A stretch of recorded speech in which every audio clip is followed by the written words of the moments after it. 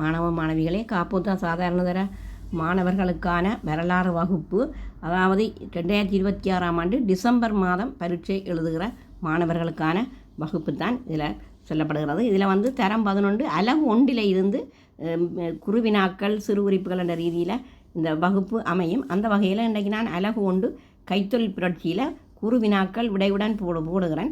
இதனுடைய main video நீங்கள் நேற்றைய வகுப்பில் போட்டிருக்கிறேன். அதில் போய் இதனுடைய 20 கேள்விகள் அதில் போடப்பட்டிருக்கிறது வினாவுடையுடன்.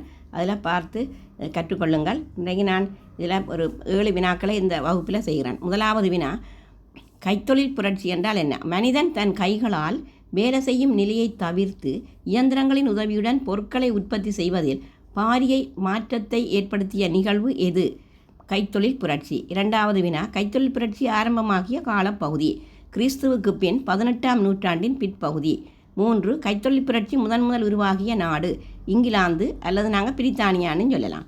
4. கைத்தொழில் புரட்சி உருவாவதற்கான பொருளாதார காரணங்கள் இவை. 1. கைத்தொழிலின் பொருட்டு பெருமளவு முதலீடு செய்யக்கூடிய செல்வந்தர்கள் இங்கிலாந்தில் இருந்தமை.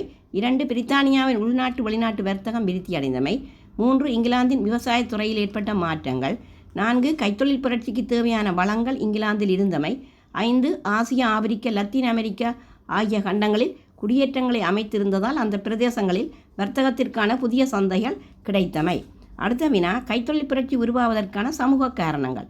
1. இங்கிலாந்தில் குடித்தொகை தீவிரமாக அதிகரித்தமை. 2. மக்கள் தொகை அதிகரிப்புக்கு ஏற்ப குடிசை கைத்தொழில் மூலம் பொருட்களை வழங்க முடியாதிருந்தமை.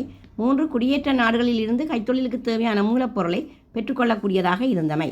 6. வேலி அடைப்பு என்பது சிறு விவசாய நிலங்களை இணைத்து பாரிய விவசாய பண்ணைகளை அமைத்தல். 7. இங்கிலாந்தை தொடர்ந்து கைத்தொழில் புரட்சி இடம்பெற்ற நாடுகள். France, Germany. இந்த வீடியோ உங்களுக்கு பிடித்திருந்தால் லைக் பண்ணி ஷேர் பண்ணி மறக்காமல் சப்ஸ்கிரைப் பண்ணுங்கள். நன்றி.